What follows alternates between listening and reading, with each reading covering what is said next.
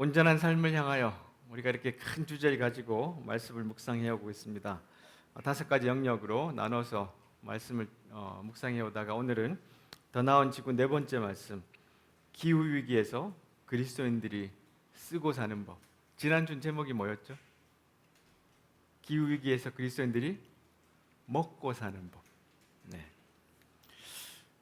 거의 다 채워져 갑니다. 이제 한 주 더 하면 이게 25주가 이렇게 꽉 찰 것 같습니다. 자, 지난주에 먹고 사는 법 이야기했는데요. 그때 시간 때문에 소개 못한 게 있는데 에코 다이어트라는 게 있습니다. 에코 다이어트.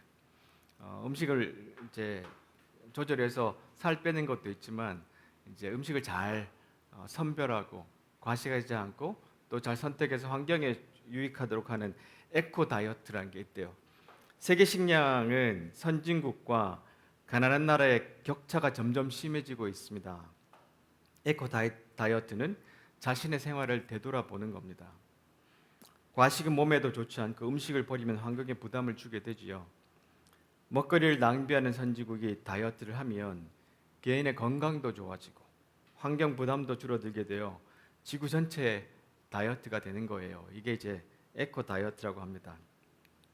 과식하지 않는 삶에서 이런 이야기 합니다. 고기를 먹고 난 뒤에 방귀 냄새가 지독할 때가 있다. 이는 자신의 분해 능력을 초과할 만큼 단백질을 섭취했다는 신호다. 소화되지 못한 단백질, 즉 소화 불량 단백질은 대장으로 흘러들어 장내 세균에 의해 분해되면서 다양한 대사 과정을 거친다. 이런 일련의 단백질 분해 작용을 부패라고 하는데 단백질 분해 과정에서 암모니아와 인돌, 스카톨, 황화, 수소, 크레졸, 페놀 등의 대사 물질이 생성되는데 지독한 방귀 냄새의 원인이 된다.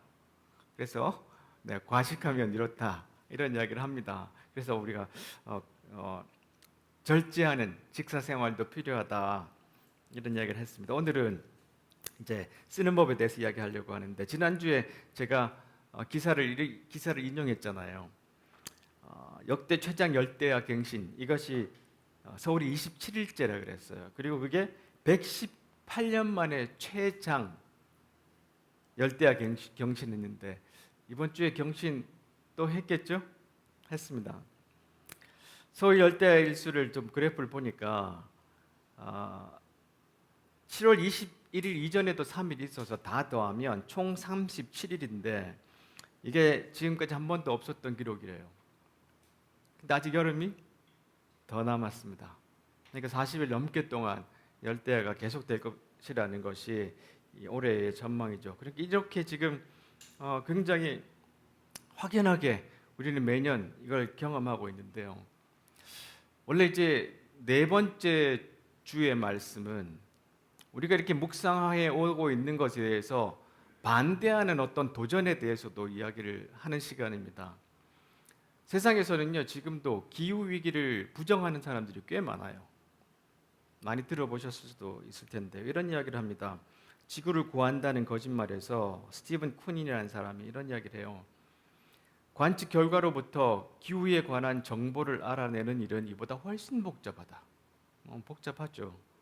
기후는 기상과 다르기 때문에 바로 이 차이가 대중적 논의에서 자주 누락된다. 모든 곳에서 쉴 새 없이 변하는 날씨는 예측 가능하면서도 동시에 예상 밖의 현상을 보인다. 반면 한 지역의 기후는 수십 년에 걸친 날씨의 평균이다. 해마다 변하는 기상 상황은 기후 변화에 해당되지 않는다. 그리고 지구가 80년 전보다 이 빙하가 녹는 속도가 느리다. 뭐 이런 이야기를 자꾸 하면서 기후 위기는 조작된 거다. 이렇게 이야기하는 사람들이 상당히 많습니다. 그것이 대표적으로 트럼프입니다. 그래서 계속해서 경제 발전이 중요하다 이런 이야기를 해대는데요. 조심해야 됩니다. 자, 2050년 거주불능 지구에서 이런 이야기를 하죠. 지난 몇 세기에 걸쳐 지구의 자연적인 리듬을 통제하기가 점점 더 불가능해 보이자 기후 변화를 부정하기가 힘들다고 느낀 회의론자들은 기후 변화가 일어나고 있지 않다고 주장하는 대신 기후 변화의 원인이 불명확하다고 주장한다. 오늘날 우리가 목격하는 변화는 인간의 활동이나 개입 때문이 아니라 자연적인 주기에 따른 결과라는 것이다. 이렇게 주장을 해요.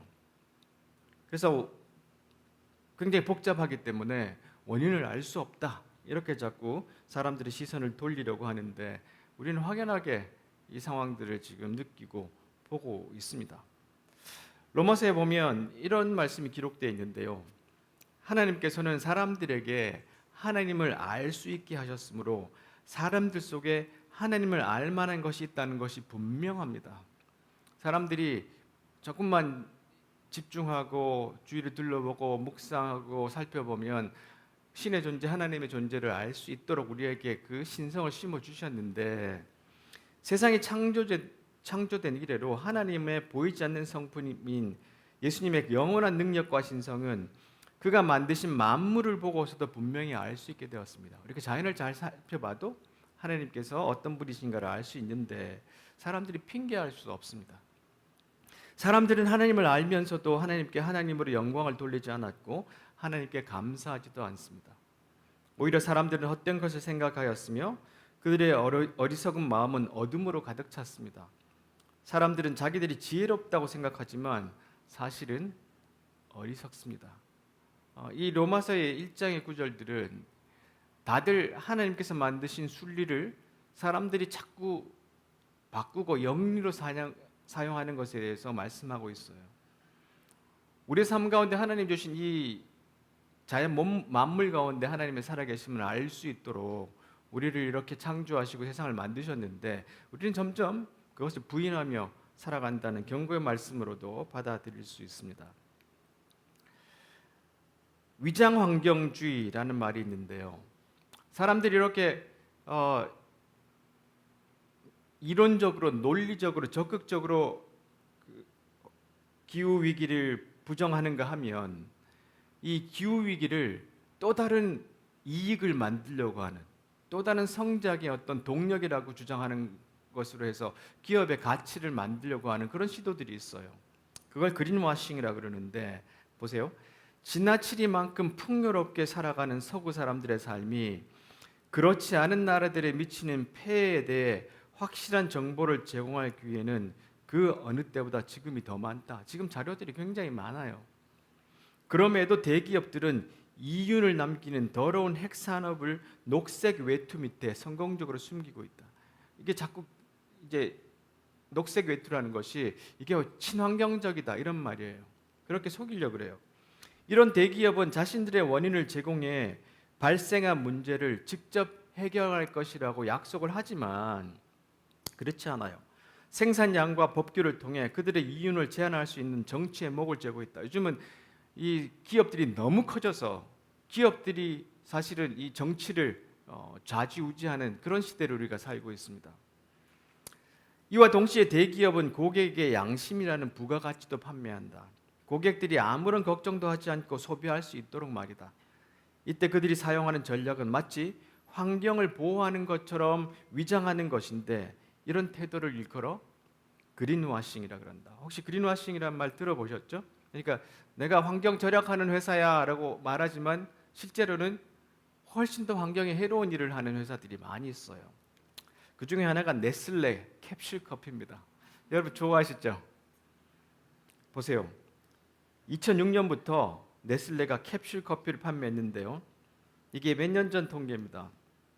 30억 개에서 100억 개로 3배 증가했어요. 이 네슬레는 네스프레소라는 상품으로 총 매출의 4%, 한 800억 유로의 매상을 올렸고요. 대기업 판매의 4분의 1을 차지하는데 문제는 이 알루미늄 캡슐이 어마어마한 환경오염을 일으키는 거예요. 이 알루미늄을 만들려면 보세요. 보크사이트라는 광석에서 만드는데 이게 오스트레일리아, 브라질, 기니, 인도네시아의 열대림을 다 없애야지만 이걸 채굴을 할 수 있어요. 그리고 이 1톤의 알루미늄을 생산하려면 2인 가구가 5년 넘게 사용하는 전기 사용하죠. 이산화탄소 8톤을 배출합니다. 이 알루미늄 생산이 전 세계 소비량의 전기 소비량의 3%를 차지한다고 그래요.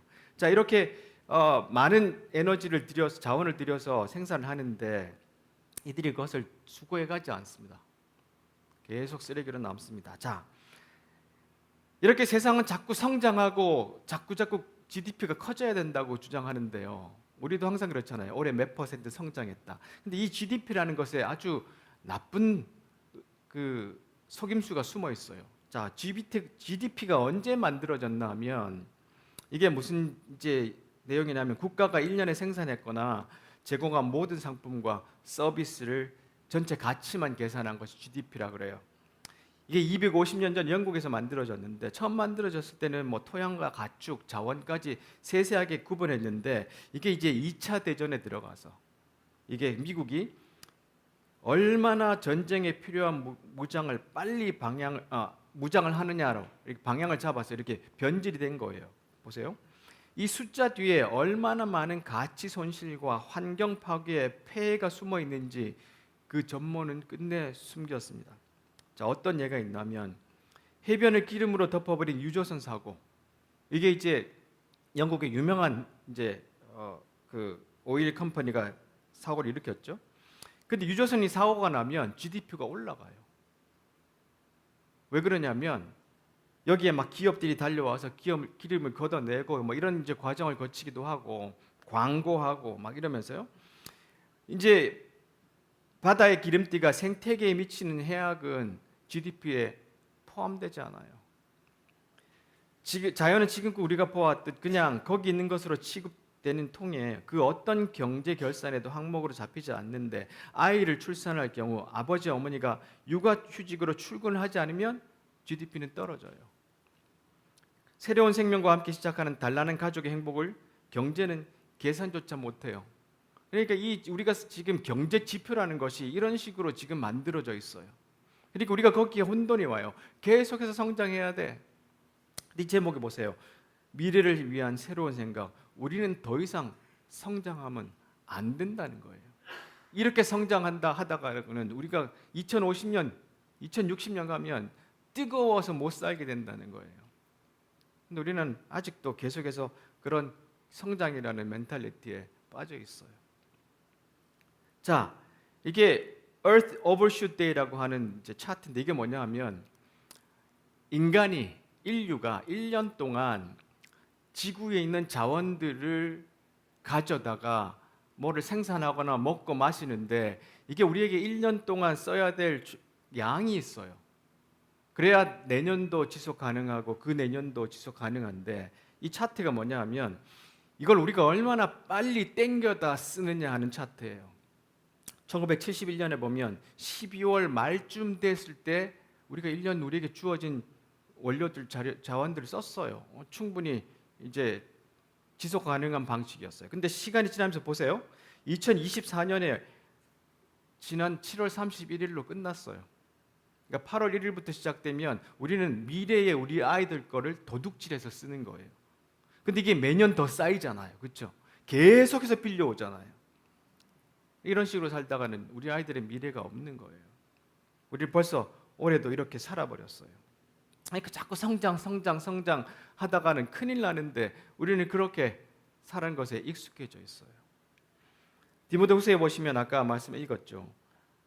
순진하게 속아 넘어가면 안 된다는 거예요. 마지막 때 힘든 시기가 오는데 자기만 알고 돈만 사랑하고 으스대고 거만하고 하나님을 모독하고 부모를 무시하고 버릇없이 굴고 상스럽게 행동하고 죽기 살기로 경쟁하고 고집을 부리고 남을 헐뜯고 난폭하고 잔혹하고 남을 비꼬고 배반하고 무자비하고 허풍 떨고 정욕에 빠지고 하나님을 몹시 싫어한다. 경건한 것 같지만 그들 속에는 짐승이 들어앉아 있다. 이렇게 경고하고 있어요. 근데 아까 이제 그린와싱이라는 단어를 봤지만 이렇게 위장으로 환경 위기에 대처한다 그러지만 우리는 믿음 와싱도 있어요.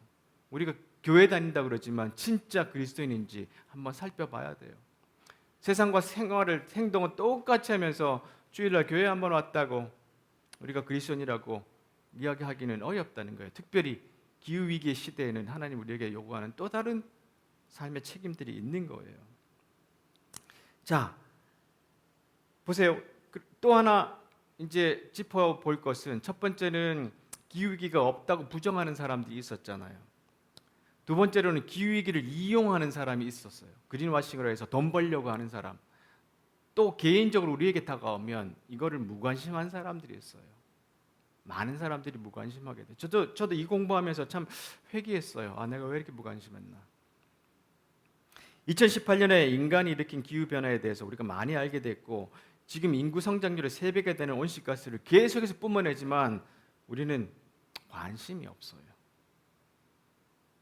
그러니까 이렇듯 기후 위기를 부정하는 사람들, 기후 위기를 이용하는 사람들, 기후 위기를 무관심하게 대하는 사람들, 이렇게 우리가 세상을 살아간다면 얼마나 참 앞으로의 어려움들이 우리에게 있을까, 이런 생각을 하게 되죠. 여러분, 이 사람 누군지 아십니까? 테일러 스위프트입니다. 그렇죠? 테일러 스위프트. 작년에 4조 원인가 매출을 했대요. 근데 이 차트가 뭐냐면 자기가 한 사람이 가장 탄소 배출을 많이 한 사람 순입니다. 테일러 스위프트가 아주 압도적입니다. 8,294톤을 썼어요. 개인 전용 비행기로 전 세계를 투어를 하고 다니는데요. 뭐 투어의 이야기도 있지만 40분 정도 되는 거리 갈 때도 자기 전용 비행기를 사용해요.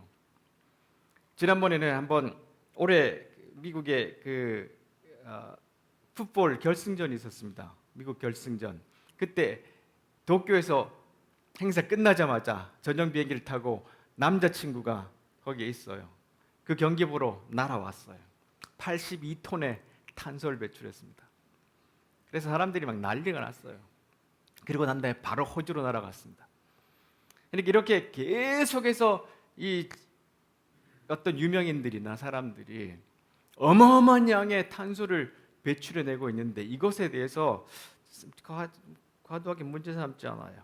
왜냐하면 이들이 이산화탄소를 발생시키는 자원을 원하는 대로 쓸 수 있는 돈을 갖고 있으니까. 이렇게 계속해서 살아가다가는 진짜 우리가 큰일 나는데도 거기에 대해서 무관심해요. 이런 세상을 우리가 살고 있습니다.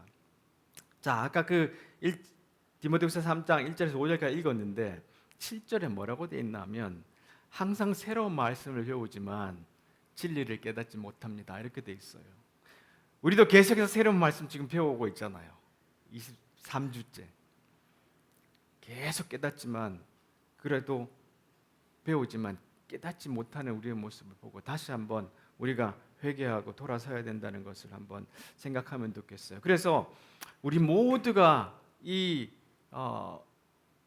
환경위기, 기후위기에는 우리가 조심해서 참여해야 되는데 그것을 방지하기 위해서. 왜냐하면 이 문제는 우리 모두에게 해당하기 때문이다.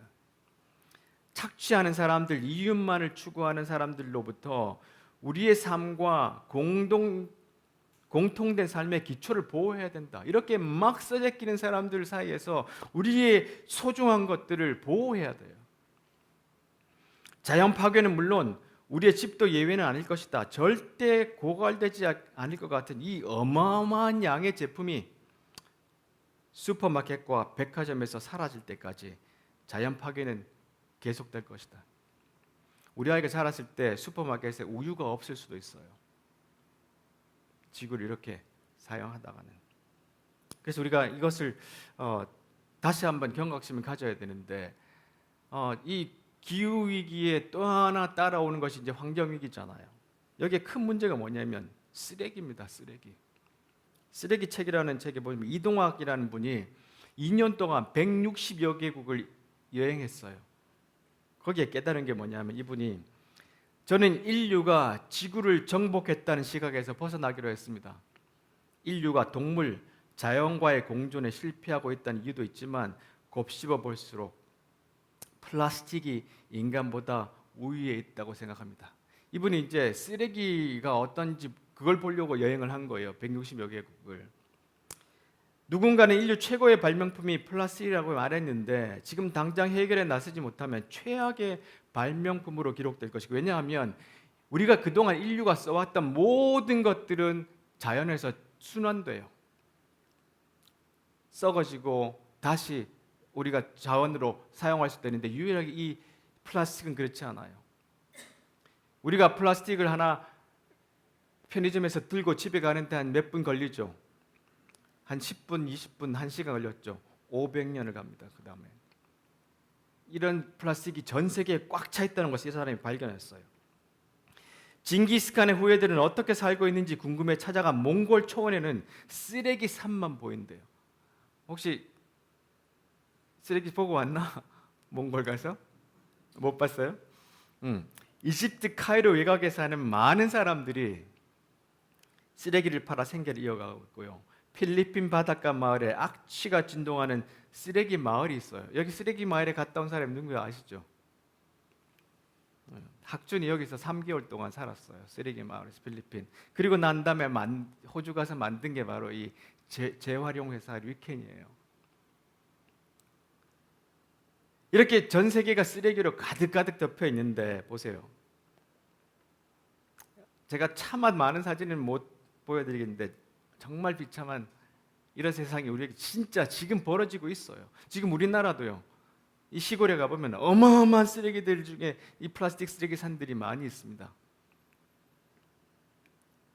이거는 바다에 있는 쓰레기 섬입니다.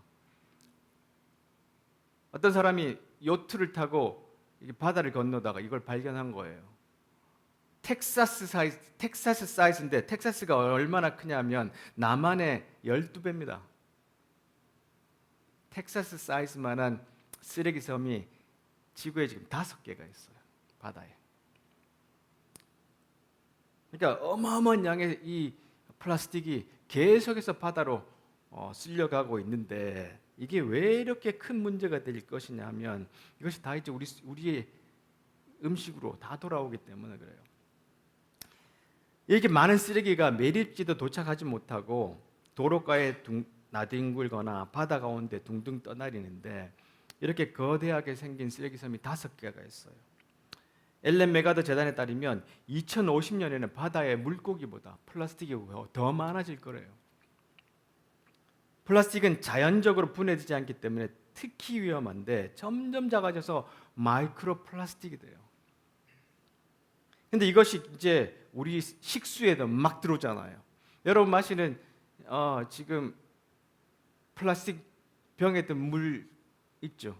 우리가 예를 들면 편의점에서 사는 것 여기에도 최소한 15개는 지금 들어가 있대요. 남극에서 내리는 눈에도 플라스틱들이 눈으로 내린다고 하는 거예요. 지금 그런 시대를 우리가 살고 있어요. 자, 그래서 우리 플라스틱이 이 쓰레기를 좀 살펴봐야 되는데 1초에 한 11톤 정도가 생산되는데 보세요. 한 사람이 1년에 한 68kg 정도를 사용한대요. 여러분 집에 가서 이렇게 화장실 가서 플라스틱 한번 보세요. 얼마나 많은지 깜짝 놀랄 거예요. 우리가 쓰는 화장품들이나 샴푸나 린스나 어마어마한 양의 플라스틱들이 있어요. 근데 이게 천장의 티셔츠 같은 무게로 우리가 그렇게 매년 쓰고 버리는데 문제는 이게 재활용도 제대로 안 돼. 절대로 재활용이 잘 안 돼요. 우리가 속고 있는데 거의 재활용이 잘 안 되고요. 이것은 계속해서 쌓여가요. 자, 보세요. 대양에 이 플라스틱이 계속해서 섬처럼 있는데 이것이 현재 상황에 가장 우려할 점이 아니에요. 왜냐하면 이 플라스틱이 최후의 순간을 기다리고 있대요. 되게 무서워요. 왜냐하면 이 플라스틱이 지금 만들어진 지가 50년 됐거든요. 이 플라스틱이 어떻게 되냐면 점점 분해되기 시작해요. 근데 딴 건 분해되면 땅속으로 사라져서 순환이 되는데 플라스틱은 점점 작은 것으로 이제 조각이 나고 그 나중에 공기에 떠다녀요. 물 속에 다니죠. 그래서 물 속에서 플라스틱 수프라고 해서 어마어마한 양들의 이 플라스틱들이 바다에 떠 있는 거예요. 이게 계속해서 자연 속에 깊이 숨어 있다가 우리의 건강을 해치려고 역습을 할 텐데 이 많은 것들이 지금 여전히 땅 속에 숨어 있어요. 자, 이렇게 되는 거예요. 계속해서 조각 작은 조각으로 나서 절대로 없어지지 않고 뭐 물고기나 아니면 우리가 먹는 식수나 아니면 이 공기 안에 이것이 계속해서 떠다니게 되는 거예요. 이만큼 이 플라스틱은 무서워요. 자, 그런데 계속해서 성장해야 되느냐? 계속 만들어 가야 되나요? 그렇지 않다는 것을 말하는데요.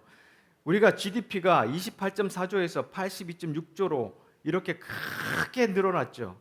근데 여기 생산된 큰 이익들이 누가 가져가냐면요. 몇 프로 안 되는 사람들이 사용해요. 나머지 60%는요. 성장한 그 덕을 못 보고 있는 거예요. 계속 성장시키면 일반 사람들은 더 힘들어지고 얼마의 사람들만 계속 누리게 되는 거예요. 자, 그래서 우리가 이 소비를 줄여야 돼요. 이 소비가 우리가 사는 시대에 어떻게 우리에게 다가와 있냐면 잘 사는 삶의 정의는 많이 사고 많이 쓰는 거예요. 많이 어디를 가는 거예요. 비행기를 많이 타고 여기저기 많이 돌아다니는 거예요. 여행을 많이 하는 거예요. 우리는 업그레이드 만능주의라 해야 할 만큼 전화기, 옷, 자동차 것 없이 업그레이드를 끊임없이 추구한다. 하지만 만족감이나 소속감을 위해 물건을 사는 행위는 욕구 충족이 아닌 중독을 유발함으로써 자신의 정체성과 삶의 방향에 대한 회의와 혼란을 일으킨다. 자기 자신을 어떤 상품이나 브랜드의 소비자로 간주한다는 것은 본인의 수동성을 암시하며 그 상품을 소비함으로써 자신의 욕구가 충족됨을 암시하기도 한다. 소비주의는 개성을 돈으로 살 수 있다는 착각을 갖게 한다. 게다가 우리 마음 한 곳에 한 자리를 차지하고 우리의 세계관, 세상을 보는 것을 점점 편협하게 만드는데요. 넘쳐나는 일회용품 쓰레기 더미 위에 가치관과 정체성을 쌓아 올린 세계관이다. 그러니까 뭘 자꾸 사야 만족하는 것, 조금 더 멋있는 걸 입어야 되는 것, 차는 3년 만에 바꿔야 된다. 이게 미국 사람들이 항상 갖고 있는 생각이에요. 차는 항상 3년 만에 바꿔야 돼요. 여러분 핸드폰 어떻습니까? 몇 년 지나면 업데이트가 안 돼요. 앱을 업데이트를 안 시켜줘요. 그리고 2년만 되면 고장나게 만들어요. 그러니까 계속해서 바꾸는 삶을 우리는 이 세상이 조장하는데, 그래서 좋은 것들, 새 것만 있으면 나는 마치 개성이 있고 잘 사는 삶을 살고 있다고 착각하게 만들어요. 생각을 바꿔야 된다는 이야기를 하고 있습니다. 자, 호프 자리에는 이런 이야기 하죠. 절반쯤 먹다 버린 음식을 쓰레기통에서 발견하면 도대체 우리가 왜 땅을 갈았는지, 왜 씨를 뿌리고 물을 주고 비료를 주고 잡초를 쏟아냈을까? 왜 수확기를 몰고 탈곡기를 돌리고 저장고를 채웠을까? 왜 소에게 송아지를 낳도록 했을까? 왜 이 송아지를 사육장으로 몰고 가 살을 찌웠을까? 왜 고기 덩어리를 컨베이어 벨트에 올려놓았을까? 왜 냉장고를 고치고 라벨을 디자인하고 비타민C 함량을 계산하고 고기와 빵과 과일과 상자와 벼와 포장 용기에 든 설탕을 가게와 학교와 레스토랑과 병원에 실어 나르기 위해 도로를 정비하고 카브레터를 교체했을까? 왜 상점에 가서 통로를 걸어다니며 살펴보다 선택해서 사고 자르고 으깨고 간을 해서 음식을 내놓는 것일까? 우리는 이런 노동의 삶을 허비하고 있다. 우리는 이루어낸 모든 것의 40%를 쓰레기통에 던져놓고 있다. 그리고 우리 삶의 소비 패턴을 한번 보세요. 그러니까 우리가 풍족하게 살 수 있는데도 불구하고 모자라서가 아니라 이런 소비 패턴 때문에 이렇게 뜨거운 세상, 더러운 공기를 마시고 살아야 되는 거예요. 자, 그래서 제로 웨이스트라는 말을 우리가 한번 기억하고요. 아시는 분 많죠? 제로 웨이스트는 쓰레기를 완전히 제로로 만들 수는 없지만 쓸 수 있는 물건은 최대한 재사용하고, 재활용 쓰레기는 최소한으로 줄이고, 남은 것은 퇴비 처리함으로써 쓰레기 매립지로 가는 쓰레기를 아예 만들지 않도록 하는 노력, 이게 필요해요. 우리가 먹는 건 아까 뭐라 그랬죠? 에코 다이어트. 우리 사용하는 건 될 수 있으면 제로 웨이스트. 우리 입는 이 옷도 옷 하나 사면 한 10년 이상 입어야죠. 그러니까 요새 말하는 그 패스트 패션, 계속 새 거 사고, 여러분 싸게 많이 패턴으로 계속 돌리는 회사들 있잖아요, 그렇죠? 근데 그렇게 가서 쉽게 옷을 사서 입을 수 있는데 그런 것을 우리가 조심해야 돼요. 계속해서 재활용하고 재사용하고, 그리고 쓰레기는 최대한 줄일 수 있도록 노력해야 돼요. 어떤 분들은 1년 자기 쓰레기가 요만한 그 백 하나에 들어가게 생활하시는 분들도 계세요. 미니멀 라이프라고 그러죠. 그런 생각을 가지고 살아야 된다는 거예요. 자, 그래서 제로 웨이스트는 필요한 물건만 가지고 사는 거예요. 사고 또 바꾸고 하는 것이 아니라 필요한 물건만. 내 삶에 가치를 더해주는 것만 가지고 사는 것. 이미 가지고 있는 것에 진심으로 만족하는 것. 물건 없이 산다는 게 아니라 갖고 있는 것에 만족하며 사는 거예요. 내 구역에 들어오는 물건을 신중하게 고른다는 의미를 또한 갖고 있어요. 그래서 우리가 이런 제로 웨이스트의 삶을 살 수 있도록 또한 마음을 쓰고 노력해야 된다는 것이죠. 자, 말씀을 맺겠습니다. 갈라디아에서 이런 말씀을 주셨어요. 여러분 자신이 어떤 사람이며, 자, 우리가 어떤 사람입니까? 그리스도의 자녀 아닙니까? 그렇죠. 제자 아닙니까? 우리에게 맡겨진 일이 뭡니까? 지구를 돌보라는 사명 아니에요. 그렇죠. 자, 그런 다음에 그 일에 몰두를 하는데, 이렇게 하면 남들보다 더 나은 사람이야. 아니면 이거 안 하는 사람들은 나쁜 사람이야. 그러지 말라는 거예요. 자기가 할 수 있는 최대한 창조적으로 어떻게 해요? 책임 있는 삶을 사는 것. 그래서 우리가 이것을 시도하고 이것을 실천하면서 다른 사람에게도 조금씩 보여주는 거예요. 그래서 다른 사람들이 그 삶에 조금 더 다가올 수 있도록. 그래서 우리가 한두 사람이 더 이 일에 참여하고 또 이것을 실천하게 되면 정부에서도 신경을 쓰게 되고 세상도 점점점 바뀔 수 있어요. 자, 오늘 말씀이 그리스도인들이 기후위기에서 쓰고 사는 법에 대해서 말씀드렸어요. 가장 중요한 것은 소비주의가 아니라 시민으로 사는 겁니다. 다른 사람의 삶들을 기억하고 최대한 내가 적게 쓰고 재활용하고 다시 쓰고 그리고 그것이 쓰레기로 가지 않도록 최대한 노력할 때 우리 다음 세대 자녀들이 그래도 조금 더 나은 환경 안에서 이 아름다운 지구에서 행복한 삶을 살게 되고, 만약 그렇지 않다면 그 아이들이 나중에 원망할 거예요. 우리 부모님들이, 우리 앞선 세대가 지구를 이렇게 사용해서 우리가 이런 큰 고통을 받게 된다고. 얼마 남지 않았어요. 차를 타고 오다가 아침에 이런 이야기 했어요. 우리가 2050년까지는 살겠죠. 2050년까지 25년밖에 안 남았습니다. 2050년에 어떻게 될까요? 2060년은 어떻게 될까요? 2070년은 어떻게 될까요? 그렇게 멀지 않았습니다. 우리 그리스도인들이 다시 한번 생태적 교회로 돌아가서 이 지구가 조금 더 나아지는, 더 나은 지구를 만들어갈 수 있도록 그런 노력을 우리 성도들이 되었으면 좋겠습니다. 겁을 주려고 하는 게 아니라 불편하게 하려는 것도 아니고 우리에게 책임이 있다는 것을 기억하게 하는 그런 시간이 되었으면 좋겠습니다. 기도하겠습니다.